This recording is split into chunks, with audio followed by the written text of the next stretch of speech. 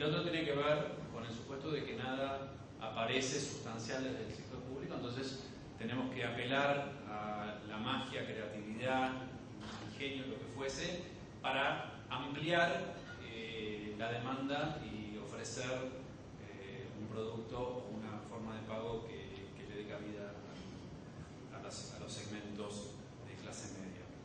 Primero, para que entendamos antes de meternos en estas dos líneas, entender de qué hablamos cuando hablamos clase media. Cuando hablamos clase media, estamos hablando del 40% de los hogares de Argentina, que si uno divide los ingresos de los argentinos en 10 capas, deciles, se denomina clase media al decil 5 al 9. ¿Está bien? De la cacerola, ¿no? Sí, ponele. Es el 40% de los hogares en donde viven el 36% de los habitantes del país. Entonces, eso, por ahí tenemos números de ingresos en pesos de hace un año, tomándolos, suponiendo una variación salarial del 25%, estamos hablando en el decil más bajo un ingreso familiar de unos 4.700 pesos hasta el decil 9, que son un poco menos de 10.000. ¿Está bien? Todo lo que está por encima, hogares que tienen un ingreso por encima de 10.000 pesos mensuales, ya es el decil número 10, que se denomina el ABC1, etc.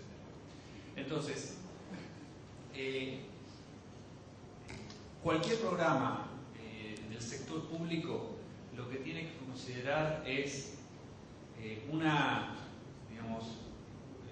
vamos a suponer que no es una cuestión de empezar a derramar miles y miles de millones de pesos en subsidios, sino encontrar algún esquema que sea autosustentable a largo plazo, porque no hay plata como subsidios de las arcas del Estado que puedan mitigar el problema. El problema excede muchísimo la capacidad de incentivar vía subsidios a cualquier esquema.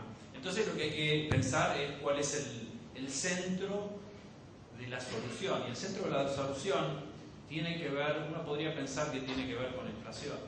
Bueno, es un ingrediente, pero no es todo. El centro de la cuestión pasa por la creación de una moneda a largo plazo. Una moneda que hoy no hay, porque el dólar no era una opción el año pasado por las imposibilidades que crearon las regulaciones bancarias de los bancos a prestar en dólares a quien no tiene un ingreso normal en dólares. Entonces eso ya antes de las restricciones al acceso a la moneda extranjera ya era un hecho. Y después la imposibilidad después está, los préstamos en pesos que tienen que tener una tasa. Y ahí la tasa, entramos en un callejón de salida. Porque si es una tasa fija, quizás es demasiado alta para pensar que se va a poder sostener en el tiempo, pagar esa tasa para quien toma ese crédito. Si nos vamos a una tasa baja, hay muy poca plata en condiciones de percibir una tasa que llevaría al tomador a decir, esto es plata barata, la tomo. Y del lado de la tasa variable, ahí se presenta el miedo de quien la toma de que la tasa se dispara a niveles insostenibles desde el punto de vista de su ingreso. Entonces, acá lo que es necesario es crear una tercera alternativa que sea una tasa ajustable. No es fruto de nuestra creatividad, de nuestros análisis. Hay un consenso de la EB y de quienes desde el punto de vista institucional están estudiando esto, de que esa tasa debiera ser una tasa ajustable por el coeficiente de variación salarial, que es una forma de permitirle a quien asume ese crédito de garantizarse de que su salario tarde o temprano, y tarde o temprano hay que matizarlo por mecanismos de de seguro y mecanismos que le permita a quien toma el crédito, si pierde su trabajo, no pagar cuota por X tiempo, con seguros, etc. El que toma sabe que su capacidad de ingreso siempre va a poder acompañar esas variaciones en el tiempo, y quien está prestando, que suponemos que es un inversor institucional, también le interesa mantener un préstamo que conserve un valor tal que el uso después de esos fondos también se va a mover más o menos al mismo ritmo. ¿Por qué? Porque estamos pensando, por ejemplo, en compañías de seguros de retiro que tienen, o mismo la ANSES, que tienen una necesidad de acompañar sus flujos, pagar flujos que se muevan también de acuerdo al salario. Entonces, todo, a ver, es muy largo de explicar, porque esto también tiene el condimento de cómo se arma y quién presta y qué nueva entidad debiera aglutinar a toda la problemática, etcétera, etcétera. Me parece que no excede la charla de hoy. Y la otra línea, que es la línea en donde suponemos que no hay un programa en el corto plazo fuerte proveniente del sector público, están los esquemas a la cordobesa, en donde uno genera como círculos de ahorro, en donde se van lanzando distintas fases de un proyecto, vendiéndose todo el día uno, pero pagándose todo en el plazo de entrega del último edificio, y así poder hacer una simbiosis entre aquellos que, necesitando acceder a su vivienda rápido, no tienen el capital como para pagar, o los ingresos para pagar esa vivienda durante los 2 años, supongamos que tarda la construcción, y eso apoyado en quienes están genuinamente buscando un vehículo de inversión, y entonces quizás tienen 8 años para pagar, porque recién en 8 años van a necesitar de ese inmueble, entonces están adelantando ahorro en ladrillos, generando un círculo en donde se puedan apoyar estas dos poblaciones objetivos. Se genera un producto que, a la luz de lo que está pasando en Córdoba, resulta exitoso. Bueno, el desafío es adaptarlo a los mercados en donde nosotros operamos, que en nuestro caso es Buenos Aires y Rosario, ¿no? Está muy bueno, Federico, lo que decís. Déjame que ponga simplemente un bocadillo.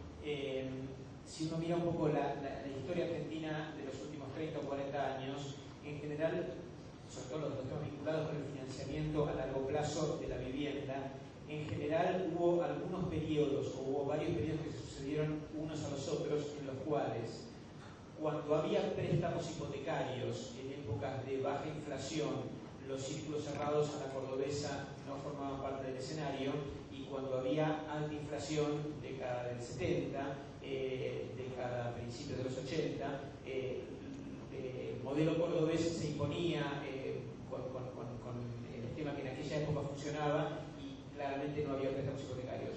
Y fue mutando una cosa respecto de la otra, y usualmente fueron como casi incompatibles. A tal punto fueron incompatibles que, por lo menos en las observaciones puntuales que yo hice sobre estas evoluciones, los momentos en los que hubo cambios de un modelo respecto del otro o hacia el otro, resultaron para el modelo anterior bastante traumáticos. Y no hubo un reacomodamiento ordenado de un modelo al otro. Cuando los círculos cerrados, en la década del 80 o fines de los 70, era el formato que se imponía, y de repente en la convertibilidad se desaceleró la inflación rápidamente, los círculos cerrados quedaron pedaleando en el aire, y la gente dejó de pagar las cuotas, porque obviamente era mucho más conveniente dejar de pagar eso y sacar el préstamo hipotecario y tener la casa de inmediato. Y también pasó que cuando la inflación empezó a acelerarse y el financiamiento hipotecario desapareció de la escena, los que venían estructurando el fondeo de los proyectos con préstamos hipotecarios también lo padecieron muchísimo. Bueno, en algún momento la solución pasó por especificaciones, yo creo que terminó salvando alguna cuestión de urgencia, pero en general lo que, por lo menos, que yo observo es que ambos sistemas son más o menos incompatibles, más o menos antitéticos, y si aparece uno, quizás el otro desaparezca de inmediato, ¿verdad? Y esa desaparición por ahí puede no ser demasiado ordenada, puede ser medio traumática. Sí, yo creo que es así, que los modelos no son compatibles, que por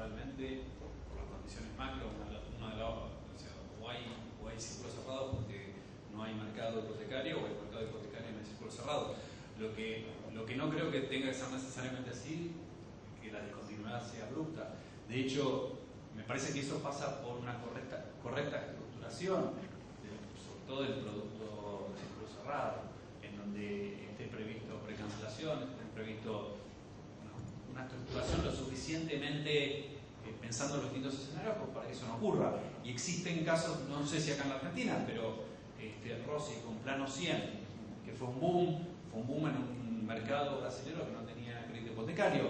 Después fue desapareciendo, tuvieron algunos problemas, pero no tenía que ver con los cambios de ciclo macroeconómico, algunos temas menores, pero no es que explotó por el aire. Rossi sigue siendo una empresa exitosa que se reconvirtió hacia el nuevo modelo. Entonces, coincido en la incompatibilidad temporal, pero no necesariamente en la explosión de un modelo cuando surge el otro.